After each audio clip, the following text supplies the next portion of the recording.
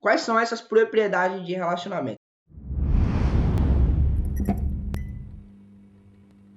Então, vamos começar para a propriedade mais elementar, a mais top de todas, que é a mais top de todas é cardinalidade. O que significa cardinalidade? Cardinalidade é o grau de relacionamentos existente entre as duas tabelas, tá? Aqui a gente tem algumas categorias de cardinalidade. O que significa quando eu falo grau de relacionamento existente entre duas tabelas? Eita, saí clicando em tudo aqui. O que significa isso? O que significa grau de relacionamento entre as duas tabelas? É a forma como esse relacionamento vai acontecer, tá? É a forma como esse relacionamento vai acontecer. Então, grava isso. Existem 4 tipos de cardinalidade aqui dentro do Power BI. Muitos para um para um para muitos e muitos para muitos. Eita porra, agora ficou confuso, não entendi nada. O que significa essa cardinalidade, esse tipo de relacionamento que vai existir entre as duas tabelas? O que acontece? Vou dar um ESC aqui, e é o seguinte, observe que nas duas tabelas existe esse nome, essa coluna aqui de ID de vendedor, tá? E aqui tem D vendedor. São duas tabelas, estou relacionando pela coluna do código do vendedor. Se, preste atenção, se em uma dessas colunas os dados que eu selecionei na coluna para criar esse relacionamento são únicos, ou seja, se eles não se repetem, vendo esses números aqui, eles são únicos, naturalmente essa tabela aqui ela vai estar com relacionamento com o lado 1, tá? O lado 1. Se nessa outra coluna aqui a gente tem esses dados repetidos diversas vezes, ou seja, se esse código aqui ele aparece diversas vezes nessa coluna, o que é que significa? Significa que a forma como essa tabela aqui vai se relacionar é o seguinte, nessa tabela os dados são únicos, nessa tabela aqui os dados não são únicos, está muito número repetido. Então, significa que para cada número desse contido na tabela de vendedor, vai ter muitos números desses contido aqui na tabela de vendas. Basicamente é isso, um para muitos. Para cada um número desse, vai ter muitos outros números contidos na outra tabela. Basicamente é isso. Ficou claro para todo mundo? Ficou claro? Então, basicamente é isso.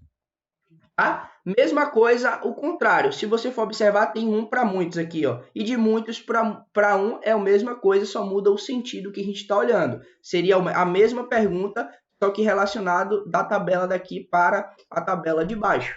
Tá? E quando a gente fala de muitos para muitos, significa que em ambas as tabelas, esse número aqui poderia estar repetido várias vezes, já ter vários 1009, vários 1009, vários 1009 e aqui também ia ter vários 1009. Então, esses números aqui iriam estar muitos para muitos, muitos números repetidos para muitos números repetidos. E isso já está acontecendo. Vou dar até um zoom aqui para vocês poderem observar.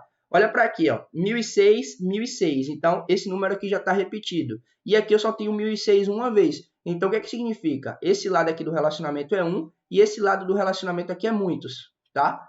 Ou seja, um relacionamento de 1 para muitos nesse sentido. Sacou? Se aqui tivesse outro 1006, se aqui tivesse outro 1006,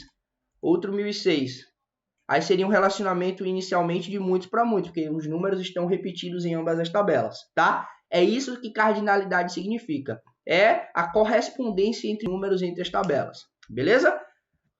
Tá vendo que é importante você entender o que o seu cliente quer, o que o seu gestor quer? Nesse caso, você vai precisar dar uma olhada na base de dados para saber qual é o tipo de relacionamento que você vai apresentar, tá? E essa propriedade de cardinalidade é a primeira propriedade. A segunda propriedade é a propriedade de ativar esse filtro. O que significa ativar esse filtro?